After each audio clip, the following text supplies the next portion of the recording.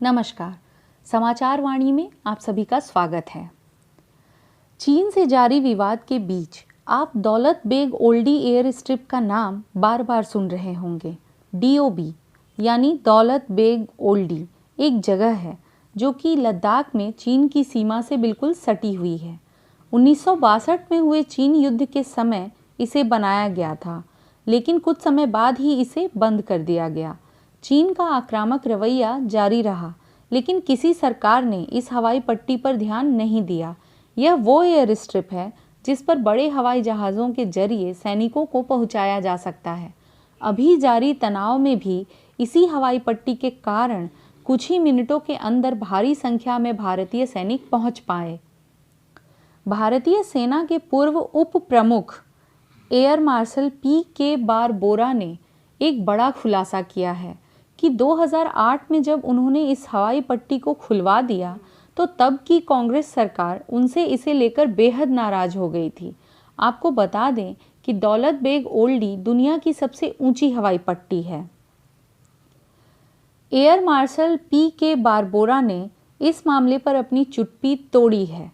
आमतौर पर सेना के अधिकारी ऐसे मामलों पर सार्वजनिक बयान देने से बचते हैं, लेकिन जब लद्दाख में चीन के खिलाफ मोर्चेबंदी में दौलत बेग ओल्डी पट्टी की उपयोगिता साबित हो गई तो एयर मार्शल बारबोरा ने इसी को लेकर अपने साथ हुए सुलूक के बारे में देश को बता दिया।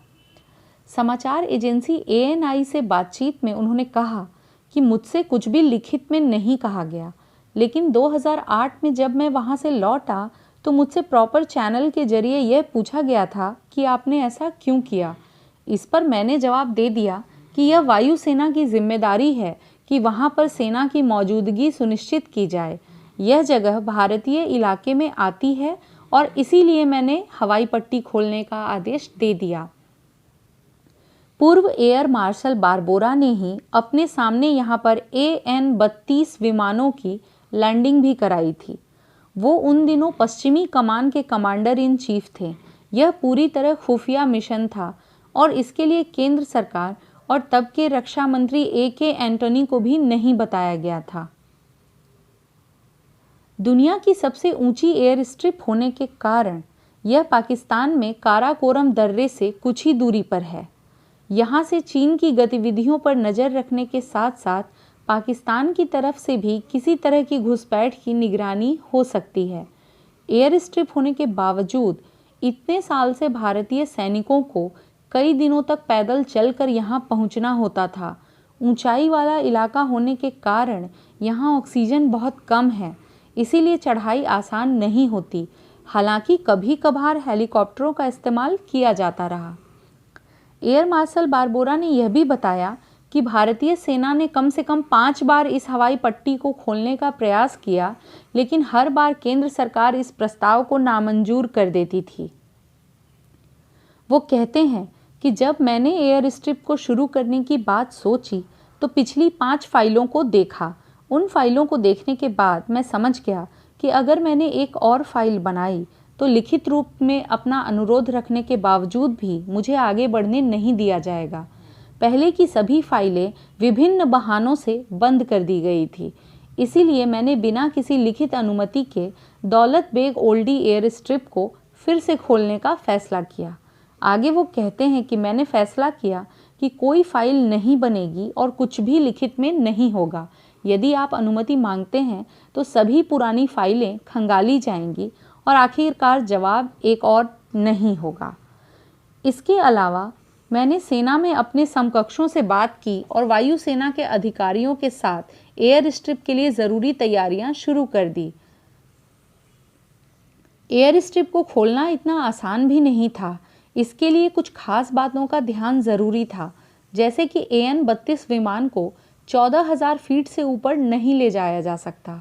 इस तरह लैंडिंग से ज़्यादा समस्या टेक ऑफ की थी।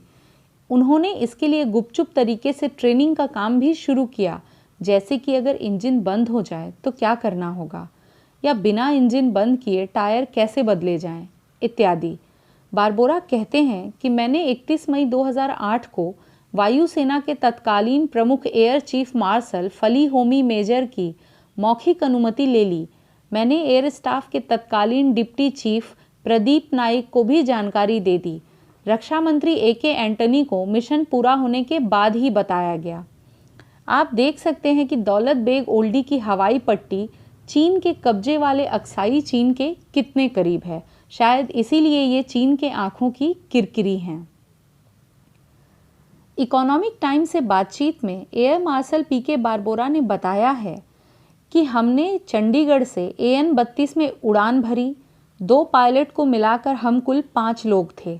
विमान सुबह 9 बजे से पहले ही DOB पर उतरा। किसी को मिशन की भनक तक नहीं लगी, सिर्फ मेरी पत्नी को किसी तरह पता चल गया था। इसके बाद विमान ने वापसी की उड़ान भी भरी। बारबोरा कहते हैं कि यह किसी ऊंचे मैदान पर ऊंट की सवारी की तरह था, लेकिन हमने विमान को सफलतापूर्वक उतार दिया। हमारे विमान की निगरानी के लिए एक अतिरिक्त विमान भी साथ में था। हम तुरंत दिल्ली पहुंचे। हमने साबित कर दिया था कि हम सक्षम थे। हमने चीनियों को चौंका दिया, क्योंकि उन्हें इसकी बिल्कुल भी उम्मीद नहीं थी। 2013 में भी एक 4 इंजन वाला विमान C-130 हरक्यूलिस वहां उतारा गया। हालांकि बारबोरा अब निश्चिंत है कि यह 2020 है, 1962 नहीं। इसी तरह की कई खबरों और जानकारी के लिए हमारे साथ जुड़े रहें, और अगर यह जानकारी आपको पसंद आई हो तो इस वीडियो को लाइक, शेयर और सब्सक्राइब ज़रूर करें। धन्यवाद।